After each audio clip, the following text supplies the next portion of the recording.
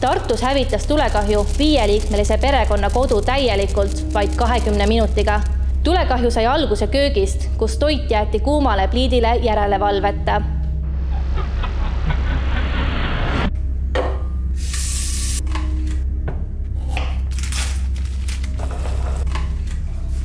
Enamik köögis alguse saanud tulekahjudest on seotud toidu kõrbemisega. Kui rasv on juba süttinud, ära kustuta seda veega. Hinda olukorda, kas sul on võimalik ise tulekahju ohutult kustutada. Vajadusel välju hoonest ja kutsu appi päästjad, helistades numbrile 112.